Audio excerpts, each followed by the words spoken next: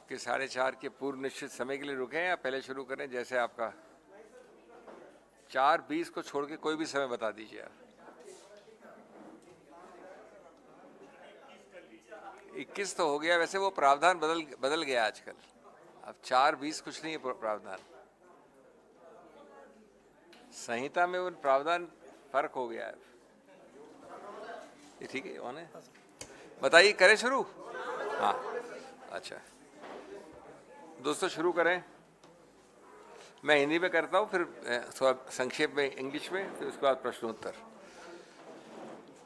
दोस्तों, हम आपको कई बार अलग अलग पहलू बताते हैं प्रवर्तन डिपार्टमेंट के बारे में, ईडी के बारे में।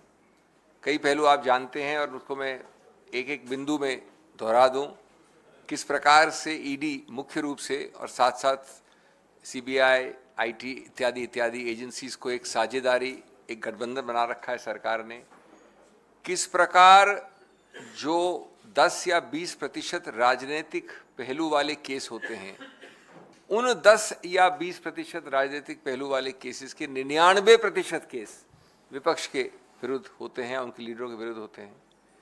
किस प्रकार से पूर्व चलने वाले केसेस जैसे ही दल बदल होता है रुक जाते हैं, बंद हो जाते हैं, अवरुद्ध हो जाते हैं, खत्म हो जाते हैं। किस प्रकार से अजीबोगरीब तथ्य होते हैं कि मैं साक्ष्य हूं आपके विरुद्ध, मैं 9 बार साक्ष्य देता हूं, उसमें आपका नाम भी नहीं लेता। 10वीं बार जब मैं गिरफ्तार हो गया हूं, उसके बाद साक्ष्य देता हूं, वो उसमें मैं कुछ कहता हूं, 1-2 शब्द आपके बारे में, और उसके बाद मुझे बेल मिल जाती है, और उसके बाद मैं पार्डन होके साक्ष्य बन जाता हूं, जिसको अप्रूवर कहते हैं। ये सब पहलू आपके चिर परिचित हैं, जाने माने हैं, आप लोग समझते हैं, जनता समझती है। ये एक रूटीन बन गया है, लेकिन रूटीन रूल नहीं होता, अपवाद है, ये याद रहे हमेशा। अब मैं इस संदर्भ के बाद अभी हाल की छत्तीसगढ़ के विषय में आपसे बात करना चाहता हूं। छत्तीसगढ़ का सो कॉल्ड लिकर स्कैम, और लिकर स्कैम भी चल रहे हैं इंडी गठबंधन के विषय में। मैं अब छत्तीसगढ़ की बात कर रहा हूं सिर्फ, ये आपको एक संदर्भ देके, एक प्राकथन देके। शराब घोटाले की एक काल्पनिक और सनसनीखेज भूमिका लिखी गई प्रवर्तन निदेशालय द्वारा छत्तीसगढ़ के विषय में, और विशेष रूप से लिखी गई क्योंकि चुनाव आ रहे थे। उसकी टाइमिंग थी चुनाव के पहले, उसका गति और दिशा थी चुनाव के पहले, और अब कल परसों उसका खुलासा हुआ है चुनाव के बाद उच्चतम न्यायालय के निर्णय द्वारा, जिसके विषय में मैं आपके सम्मुख बैठा हूं। उच्चतम न्यायालय ने एक बड़ी विचित्र चीज आपके सामने रखी है। उन्होंने ये होल्ड किया कि पूरा मामला हम खारिज करते हैं। टुटेजा नाम था मुख्य रूप से, लेकिन उनको हर प्रकार से आरोपित किया गया था कि मुख्यमंत्री के साथ मिले हैं, 70 अधिकारी मिले हैं, शासन पूरी तरह से लिप्त है। उस केस में उच्चतम न्यायालय ने कहा, पहला कि कोई ऑफेंस नहीं है, हम क्वॉश करते हैं। दूसरा कि आप जानते हैं कि प्रवर्तन वाला जो धन शोधन, मनी लॉन्ड्रिंग कहते हैं, वो आधारित होता है पूर्व निर्धारित अपराध पे, जिसको प्रेडिकेट ऑफेंस कहते हैं। तो उच्च न्यायालय का ऐसा कोई प्रेडिकेट ऑफेंस ही नहीं है, तो जानवर नहीं है तो पूंछ कहां से हिल रही है? जब बॉडी नहीं है तो उसकी पूंछ कैसे हिल सकती है? तीसरा, उन्होंने कहा कि कोई इनकम टैक्स का नोटिस अगर जाता है तो इनकम टैक्स का कानून तो मनी लॉन्ड्रिंग प्रवर्तन विभाग के शेड्यूल में लिखा ही नहीं है, उसको भी आप बना देते हो। इस चीज को आपने कब बनाया? इसको आपने काल्पनिक, अपनी एक कुत्सित राजनीतिक मंशाओं के कारण 70 लोगों से अधिक अलग अलग विभिन्न डिपार्टमेंट्स के अंदर शासन को बदनाम करने के लिए, पूर्व मुख्यमंत्री बघेल के विरुद्ध हर प्रकार के आरोप लगाने के लिए, और इनकम टैक्स के ताबड़तोड़ छापेमारी के आधार पर एक प्रवर्तन का निदेशालय का केस बना दिया। तो उच्चतम न्यायालय ने कहा कि सिर्फ इनकम टैक्स के आधार पर तो आप कर भी नहीं सकते। कैसे किया, क्यों किया? उत्तर बड़ा सही है, ये तो खैर उच्चतम न्यायालय का काम नहीं इस पे जाने का। उत्तर इसलिए सही है कि आप एक तारीख चुन लीजिए, उससे मालूम पड़ेगा क्यों किया। चुनाव कब थे भाई छत्तीसगढ़ में? नवंबर 2023 में थे। तो ये तो अनिवार्य है कि चुनाव की जैसी बिगुल बजी तो ईडी की बिगुल बजी। ये वो कंप्लीटली जो है एक पपेट वाली संस्थाएं हैं जिनको एक्टिवेट किया जाता है चुनाव के पहले। और आरोप पत्र नवंबर 2023 के चुनाव के थोड़ा पहले ये था कि ये लिकर स्कैम घोटाला जिसको कहते हैं तथाकथित 2019 से चल रहा है। अरे भाई 19 से चल रहा है तो 2023 में आप क्यों उठे, क्यों जगे? और इसमें सैकड़ों करोड़ की रिश्वत दी गई है। क्या हुआ उस रिश्वत का जब अभी उच्चतम न्यायालय ने ऐसा निर्णय दिया? तो उन्होंने ये भी, और ये सब चीजें माननीय मोदी जी, माननीय अमित शाह जी, माननीय बीजेपी के सभी वरिष्ठ नेताओं ने अपने भाषणों में कहा। 2161 करोड़ का शराब घोटाला, इतने सारे 70 वहां के कर्मचारी लिप्त हैं, मुख्यमंत्री लिप्त हैं, और कई इनमें से ये टुटेजा जिसका केस निर्णित हुआ, रात रात भर दिन दिन भर वो और उनके पुत्र इस केस में, उनको प्रताड़ित किया गया, उनसे पूछताछ की गई, उनके बयान लिखे गए। ये सब क्यों किया? आप तो शुरू से जानते थे कि अगर ये पूरा आधार है इनकम टैक्स का, जो नींव है, फाउंडेशन है, तो क्यों किया? द्वेष से किया, राजनीतिक द्वेष से। इसलिए कि आप चाहते हैं कि ये इन प्रकार ऋण, जो मैं कहता हूं बाय हुक और by crook, more by crook less by hook, आप इसका इस्तेमाल करें, जिसको चुनाव के हॉट पीरियड कहा जाता है। तथ्यों पे आधारित प्रोसिक्यूशन नहीं है, इसको कहते हैं चुनावी प्रोसिक्यूशन। मैं कुछ प्रश्नों द्वारा अंत करना चाहूंगा। यदि कोई घोटाला हुआ तो ईडी ने इतनी लंबी जांच के बाद धन शोधन, ये इंपॉर्टेंट शब्द है, मनी लॉन्ड्रिंग का आपके समक्ष या उच्चतम न्यायालय के समक्ष एक भी साक्ष्य तथ्य रखा? और अगर धन शोधन नहीं है तो मनी लॉन्ड्रिंग नहीं हो सकती। आप खून के आरोपित हो सकते हैं, आप कत्ल के आरोपित हो सकते हैं, आप इनकम टैक्स के आरोपित हो सकते हैं, आप किडनैपिंग की हो सकती है, लेकिन मनी लॉन्ड्रिंग कहाँ हुई? और अगर होती तो निर्णय नहीं आता। यदि अपराध शराब निर्माताओं की फैक्ट्री से शुरू हुआ तो कृपया बताइए कि एक भी शराब का निर्माता को आपने गिरफ्तार किया या समक्ष रखा? क्यों? क्योंकि आपका उद्देश्य सिर्फ राजनीतिक द्वेष, राजनीतिक विरोध करने वाले लोग, विपक्ष के लोग।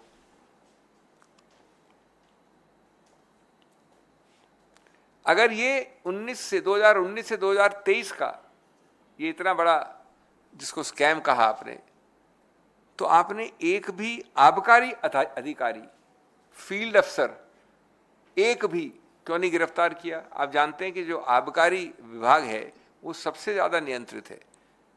आप फैक्ट्री से बाथरूम नहीं जा सकते बिना एक नियंत्रित तरीके से, उस पर लिखना पड़ता है, रजिस्टर एंट्री करनी पड़ती है, ट्रक निकलती है, ये सब होता है। एक आदमी को आपने अरेस्ट नहीं किया, क्यों? क्योंकि आपका निशाना था सिर्फ राजनीतिक द्वेष वालों की तरफ। अगर ये सब लोग दोषी थे, यानी कौन?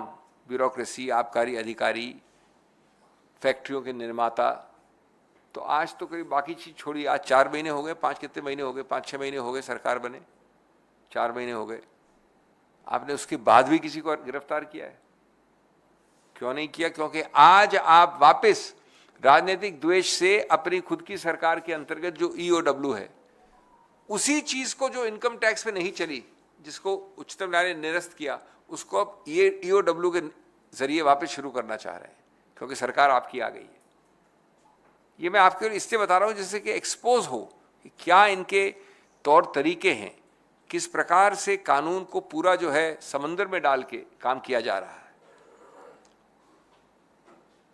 और अगर आप अब ये ईओडब्ल्यू यानी इकोनॉमिक ऑफेंसेस विंग का इस्तेमाल या दुरुपयोग कर रहे हैं, तो उसमें कम से कम एक तो व्यक्ति हो जो राजनीतिक व्यक्ति या विरोध का या विपक्ष का व्यक्ति नहीं हो।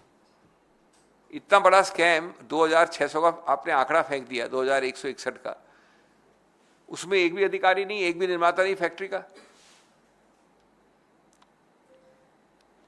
मैं अपनी बात अंत करना चाहूंगा ये कह के कि हम इस प्रकार के निर्णयों का हम स्वागत इसलिए नहीं करते कि ये हैं इसमें इन्वॉल्व या मैं हूं या टुटेजा है, वो मुद्दा नहीं है। ये इसलिए हम करते हैं स्वागत कि ये एक सिद्धांतिक संस्थापिक एक मूल मुद्दा है, जिससे आपको यद्यपि अमुक केस में, क्योंकि हमारा सिस्टम ऐसा है कि अमुक केस में ही निर्णय होता है, एक सर्वभ्यामी या व्यापक निर्णय नहीं हो सकता पूरे प्रदेश के लिए, लेकिन इस प्रकार के निर्णय एक्सपोज करते हैं कि आपका उद्देश्य क्या था, आपका तौर तरीका क्या था, आपके डिवियसनेस के उदाहरण क्या थे। और इसलिए ये आवश्यक है कि ये आपके समक्ष रखा जाए और आपके जरिए पूरे देश को मालूम हो कि ये एक और पांचवा या छठा पहलू है इस ईडी या प्रवर्तन विभाग का दुरुपयोग करना राजनीतिक कारणों से। Friends, I will be very brief in English. We have discussed with you from this podium several facets of the misuse of this coalition partner of the BJP ruling party.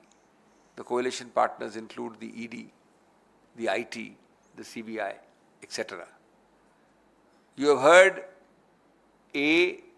about cases where in the 20 or the 15% cases which are political, 99% are about the opposition. What they fool you on is saying, "Arey, 80% cases are not political." We are not talking about a case against a businessman. We are not talking about a case against an individual officer. We are talking about the 20% which have political flavor. 99% of the 20% involve political opponents. Why? Second facet, you have seen that people who have long pending cases, advanced stages of cases, they suddenly go through that well-known, not a washing machine is a cliched phrase, now it's a laundry factory. They go through a laundry factory and that case suddenly stops. The case suddenly does not go on, it gets closed. Third facet you've seen is that a person gives 8 statements where he does not name any of you. Then he's arrested. Then suddenly 9th statement he takes a few sentences about you under arrest. And after a few weeks he gets bail. The law officer gets up and says, "We don't oppose bail, he has back pain." And then after that, he gets approvership and pardonship. These are facets you know about. Today, I am discussing a related facet regarding Chhattisgarh. Just to underline and emphasize on a new peg which happened yesterday in the Supreme Court, how unfair, how motivated, how partisan, how one-sided this whole approach of the BJP ruling government is during election time to mislead the people and to misuse agencies. It has never happened in 75 years of Indian history. The Chhattisgarh story starts with the so-called liquor scam. When is the so-called liquor scam activated? The ED jumps in just before the November 2023 elections in Chhattisgarh. Question arises, why? The allegation relates to an alleged scam of 2019. This 19 scam gets so hot and activated a few weeks or a few months before the elections. Obviously, the motivation is ulterior, it is political. In this, the Supreme Court says something astonishing yesterday. It says there is no predicate offense. What are you doing about money laundering? As you know, money laundering is a consequential offense. So if there is no body, how does the tail wag without a body? But did not the ED know this much? It's the department which heads this act. Can't they read English? The entire case which was decided yesterday involved income tax allegations or notices. Even a first year student of law can pick up the act and read, income tax is not a scheduled offense. Income tax act is not in the list of PMLA schedule. Then why did you start this? And you started it based entirely on hundreds of raids, searches, etc. And hours of statements recorded. The very same people who were petitioners spent days and nights, father and son, in custody. Statements recorded. For what? You know that it's nothing except an income tax search or something which you got material from. You are trying to stretch it to make it into an ED offense. you are trying to create an impression in the public by throwing figures like 2,161 crores का घोटाला है. The question arises, sir, if it is a 2,161 crore घोटाला, why is the Supreme Court quashing and why are you unable to show to the Supreme Court yesterday a money trail of 216 rupees? Leave aside 2,161 crores. अरे money trail तो दिखाइए. And the other question is that you have done this out of a distorted view of politics, a distorted view of cheap politics, a distorted view of a level playing field, a view in which your object is to shoot and scoot, paint them black, and we'll see later on the consequences. So the kind of figures thrown are nothing but imaginary. May I end with a few very short and quick questions? First question is that if this was such a big ghotala, a scam, why were you not able to give any money laundering evidence to the Supreme Court? Question number one. You have to cross the threshold of 1 crore for the act to apply. Second, if your allegation, as it is well known, is that hundreds of factories and liquor producers were involved in this scam in collusion with government, then have you arrested a single liquor factory manufacturer, owner, promoter? Third question, you have the most regulated department in government is called the liquor excise, Abkari department in any state. As I said, you cannot sneeze without it being entered in a register. Every truck which moves from one building to the other has to be entered. Everything has to be sealed and hologrammed and etc. etc. Forget the details. Have you arrested a single government official? Is it possible that this so-called scam occurred without a single government official being involved or in the knowledge? Question number 4. Was your hot period only for those 4 months till the elections were there? You are now in government already for 4 months. Did you do arrests even after coming into government of any factory owner, manufacturer, government official? Before and after? Object is only to target you because you are a political opponent. You are in the opposition. Therefore, friends, it is time that the whole country, and I must add one more thing, now that you are in power for 4 months, you started a new technique. You are using or rather misusing the EOW under your state administration to revive or at least trying to revive the same allegations. Largely the same which was the subject matter of the income tax inquiry which has failed yesterday in the Supreme Court. So this is absolutely malafide. It is absolutely against all norms of level playing field. Level playing field, friends, is part of free and fair elections. Free and fair elections is part and the heart of democracy. Level playing field, free and fair elections and democracy have been held repeatedly to be part of basic structure.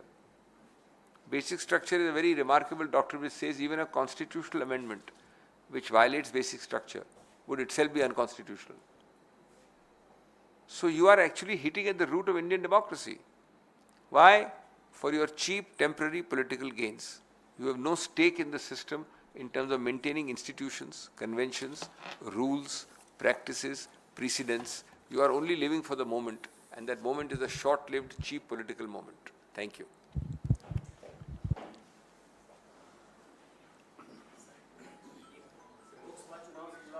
पहले इसको खत्म कर लें. Let's finish this topic first. We'll finish this topic first. Only on this topic. बाद में बात करेंगे और चीज़ों की. पहले खत्म कर लें. Hello, sir.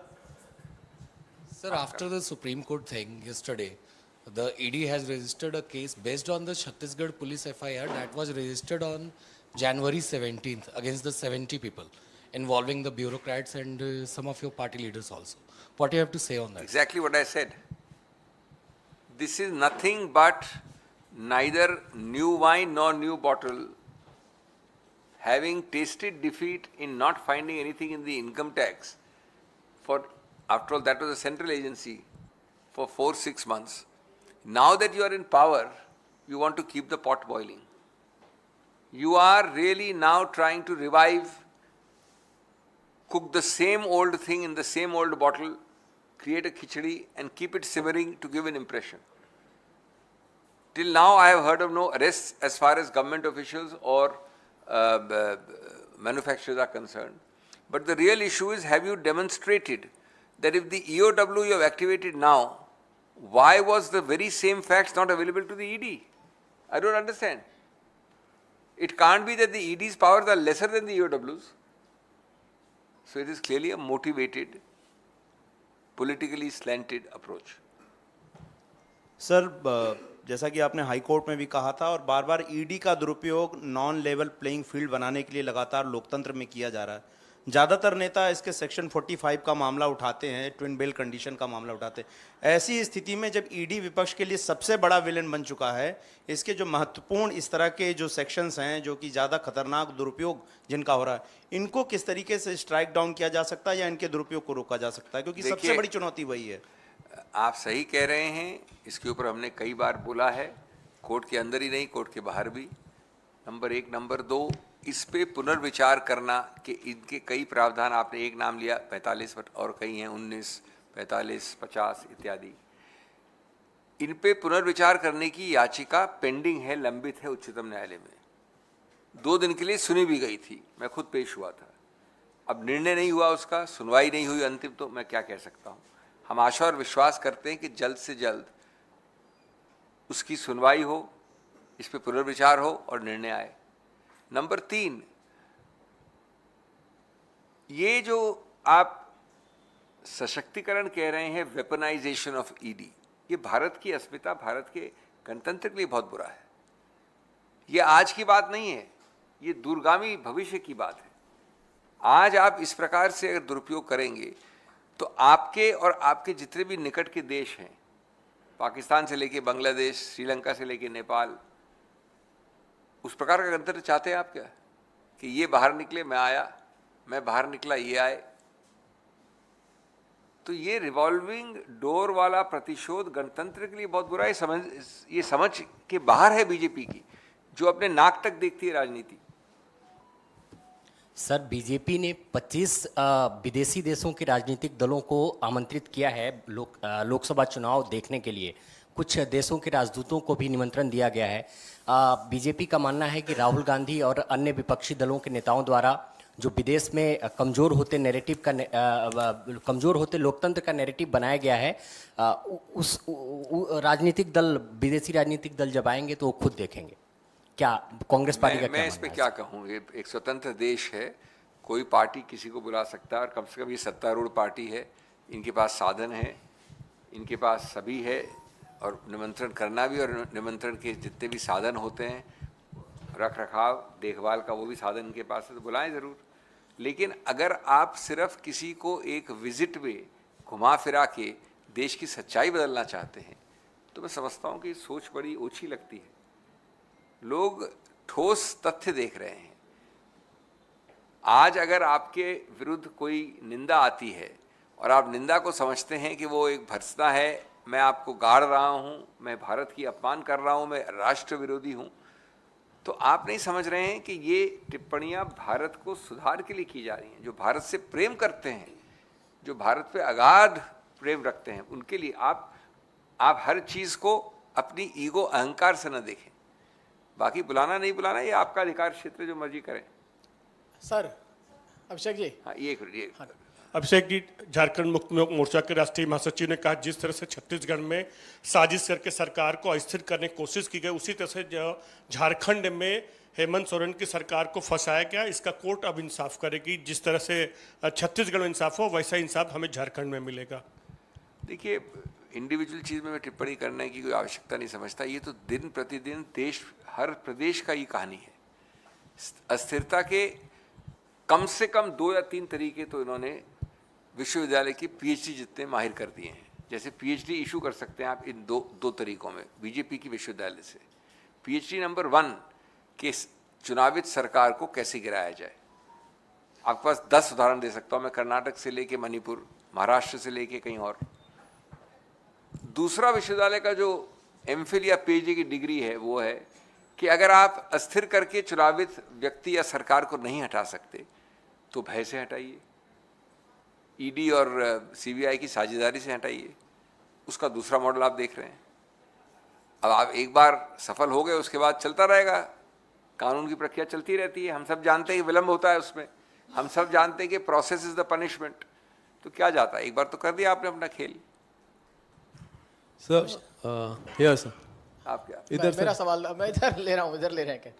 अभिषेक जी, मेरा सवाल राजनाथ सिंह के बयान को लेकर है। कल अरुणाचल प्रदेश में उन्होंने बयान दिया कि नाम बदलने से कुछ नहीं होता है। चीन पर उन्होंने अटैक भी किया कि अगर हम भी आपके इलाकों के नाम बदल दें तो इससे क्या होगा, ये सब नहीं करना चाहिए चीन को। आपको लगता है कि ये रणनीति सही है, अटैकिंग पोजीशन है बीजेपी की, सरकार की? ये बीजेपी की पोजीशन किसने कह दी?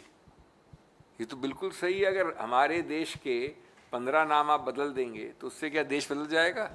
ये तो कोई भी देश किसी देश में हस्तक्षेप नहीं करता। ये राजनाथ सिंह से कोई मतलब नहीं रखता, ये बीजेपी से मतलब नहीं रखता, कांग्रेस से मतलब नहीं रखता।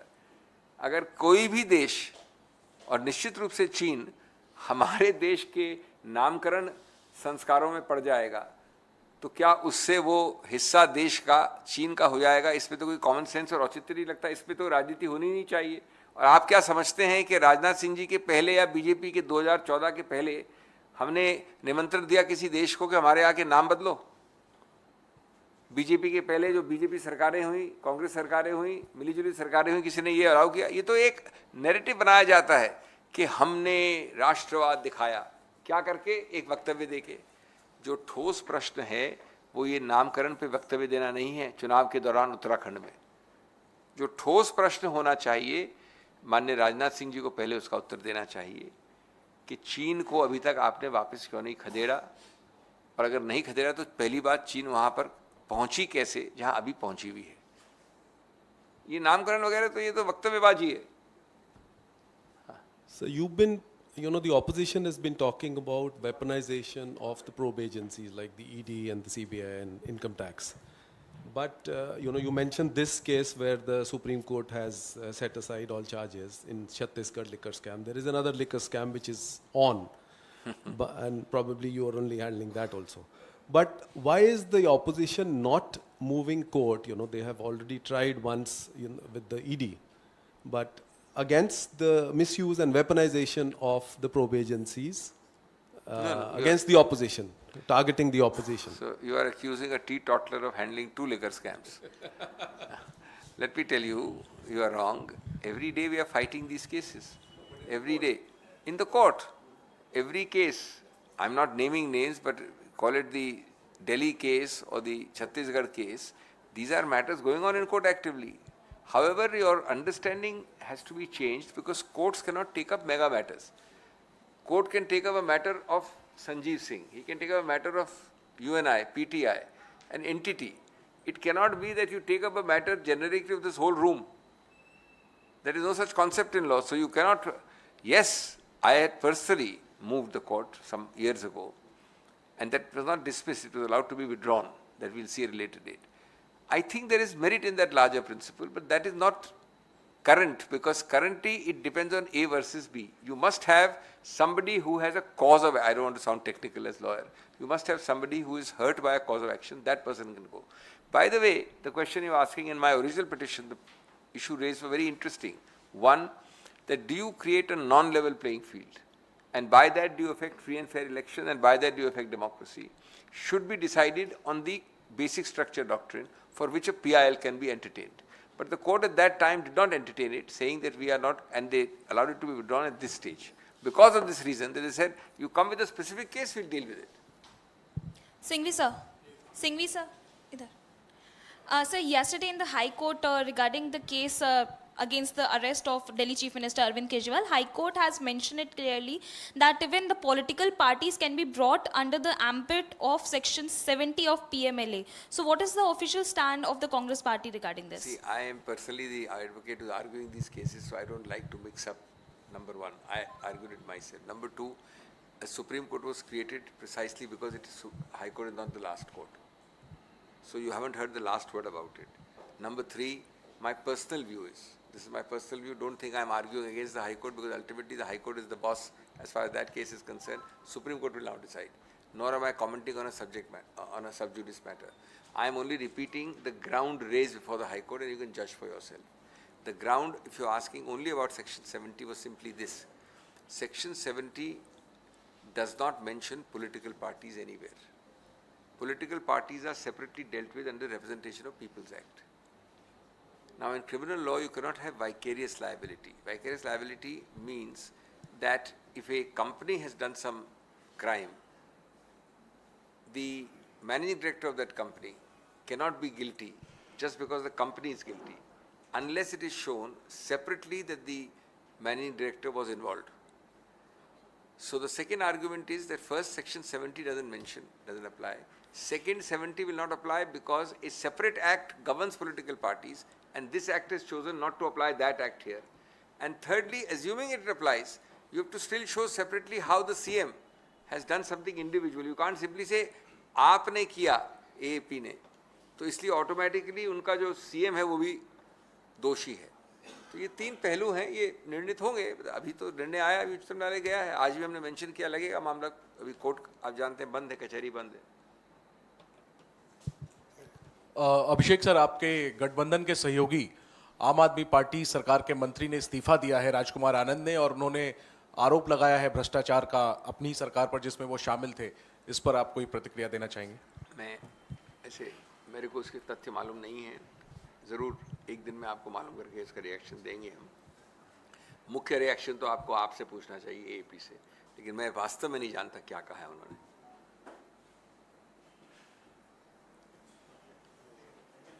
Thank you. Sorry, I'm not going to wait too long because I have a speech after this. That's why I'm overdressed. But if you have a few questions off the record, 5 minutes we can stand here. Otherwise, I'll take your leave. Huh?